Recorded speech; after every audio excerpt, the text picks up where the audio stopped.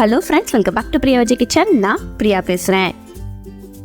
இன்றைக்கி ஒரு சூப்பரான டெலிஷியஸான ஒரு சிக்கன் ரெசிபி தான் பார்க்க போகிறோம். இது என்னோட ரொம்ப ஃபேவரட்டான ஒரு சிக்கன் ரெசிபி. அடிக்கடி நான் செய்யக்கூடியது. சரி, வாங்க வீடியோக்குள்ளே போகலாம். ஒரு இடுக்கல்ல ஒரு 6-7 சின்ன வெங்காயம் எடுத்துருக்கிறேன். அது கூடவே 2 பச்சை மிளகா. பச்சை மிளகா உங்களுக்கு இன்னும் காரம் ஜாஸ்தியாக வேணும்னா நீங்கள் கூட 2 கூட சேர்த்துக்கலாம். இதை இடித்து தனியாக எடுத்து வச்சிடலாம். அடுத்து ஒரு ப்ரெஷர் பேனில் ஒரு 1/2 கிலோ அளவுக்கு சுத்தம் பண்ண சிக்கனை சேர்த்துக்கலாம். கூடவே ஒரு 1/2 டீஸ்பூன் அளவுக்கு மஞ்சள் தூள், ஒரு 1/2 டீஸ்பூன் அளவுக்கு மிளகாய் தூள். நம்ம ஏற்கனவே பச்சை மிளகாயும் போடுறோம், மிளகாத்தூளும் போடுறோம். ஸோ அதனால் காரத்துக்கு தகுந்த மாதிரி நீங்கள் போட்டுக்கோங்க. கூடவே இதுக்கு தேவையான அளவு உப்பு, நல்ல மணத்துக்கு ஒரு டீஸ்பூன் அளவுக்கு இஞ்சி பூண்டு விழுது. இது கூட கருவேப்பிலையும் சேர்த்து போட்டு நம்ம வேக வச்சோன்னா சிக்கன் நல்ல மணமாக வெந்து வரும். ரொம்பவே ருசி சூப்பராக இருக்கும். ஒரு 1/2 கப் அளவுக்கு தண்ணி விட்டு இதை நல்லா வேக விட்டு எடுத்துடலாம். ஒரு 3லேருந்து 4 விசில் விட்டு எடுத்துருக்கிறேன். அந்த கருவேப்பிலையோட சிக்கன் வெந்து வரும் போதில் ரொம்ப நல்லாயிருக்கும். இதோட நீங்கள் வேணும்னா கொத்தமல்லி இலை கூட நீங்கள் சேர்த்து போட்டு வேக வைக்கலாம். வேக வச்ச சிக்கன் தண்ணியை மட்டும் தனியாக எடுத்து வச்சுக்கிறேன். அடுத்து ஒரு பேனில் இல்லைனா ஒரு கடாயில் ஒரு 2 டேபிள் ஸ்பூன் அளவுக்கு நல்லெண்ணெய் விட்டுட்டு பட்டை, கிராம்பு, ஏலக்காய், நட்சத்திர சோம்பு, அப்புறம் பிரிஞ்சி இலை இதெல்லாத்தையும் போட்டு தாளிச்சிட்டு நம்ம முதல்ல இடித்து வச்சுருந்தோம் இல்லையா, சின்ன வெங்காயமும் பச்சை மிளகாயையும் இதில் சேர்த்துக்கலாம். சேர்த்து ஒரு 1.5 நிமிஷம் நல்லா வதக்கி விட்டுக்கலாம். அதுக்கு வதங்கினதுக்கு அப்புறமா ஒரு பெரிய வெங்காயத்தை சின்னதாக நறுக்கி வச்சுருக்கிறேன். அதையும் சேர்த்து நல்லா பொன்னிறமாக ஆனதுக்கப்புறமா இதில் ஒரு 1 டீஸ்பூன் அளவுக்கு இஞ்சி பூண்டு விழுதையும் சேர்த்துக்கலாம்.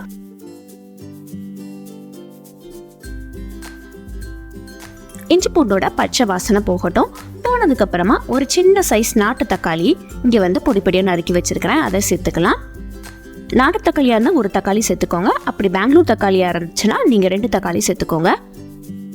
அடுத்து நம்ம எடுத்து வச்சிருந்தா அந்த சிக்கன் தண்ணியை முதல்ல சேர்த்துடலாம். சிக்கன் எதுவும் சேர்க்க வேண்டாம், சிக்கன் தண்ணியை மட்டும் நம்ம முதல்ல சேர்த்துக்கலாம். இதை நல்லா ஒரு நிமிஷம் கொதிக்க விட்டுடலாம். நல்லா கொதி வந்ததுக்கப்புறமா ஃப்ளேமை ஸ்லோ பண்ணிவிட்டு ஒரு டேபிள் ஸ்பூன் அளவுக்கு குழம்பு மிளகாய் தூள். இது வழக்கமாக சாம்பாருக்கு, புளிக்குழம்புக்கெல்லாம் நம்ம போடுவோம் இல்லையா, அந்த பொடி தான் இது, மசால் பொடி.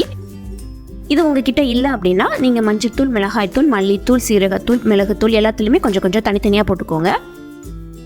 இதை லோ ஃப்ளேமில் வச்சு கிரேவி நல்லா திக்காகிற வரைக்கும் விட்டுறலாம். இதுக்கிடையில் ஒரு குட்டி கடாயில் ஒரு டீஸ்பூன் அளவுக்கு மிளகு, ஒரு 1/2 டீஸ்பூன் அளவுக்கு சீரகம், அப்புறம் ஒரு 1/2 டீஸ்பூன் அளவுக்கு பெருஞ்சீரகம் சேர்த்து நல்ல பொன்னிறமாக வறுத்தெடுத்துக்கலாம். இது கண்டிப்பாக இது ஆப்ஷனல், நான் சொல்லவே மாட்டேன். இந்த மசாலாவை நீங்கள் வறுத்து கண்டிப்பாக சேர்த்து பாருங்கள், அவ்வளோ சூப்பராக இருக்கும். பெப்பர் சிக்கன் அவ்வளோ வேறு லெவலுக்கு எடுத்துகிட்டு போகும்.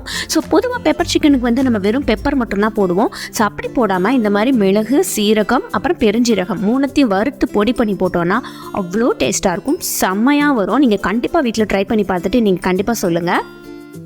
இப்போ இந்த கிரேவி நல்லா திக்காயிடுச்சு. இந்த அளவுக்கு கிரேவி திக்கானதுக்கப்புறமா நம்ம வேக வச்சு எடுத்து வச்சுருந்தேன் அந்த சிக்கனை இதில் சேர்த்துடலாம். சேர்த்து நல்லா பெரட்டி விட்டு ஒரு 2லேருந்து 3 நிமிஷம் தட்டு போட்டு மூடி வச்சிடலாம். அந்த கிரேவி எசன்ஸ் எல்லாமே அந்த சிக்கனுக்குள்ளே இறங்கட்டும்.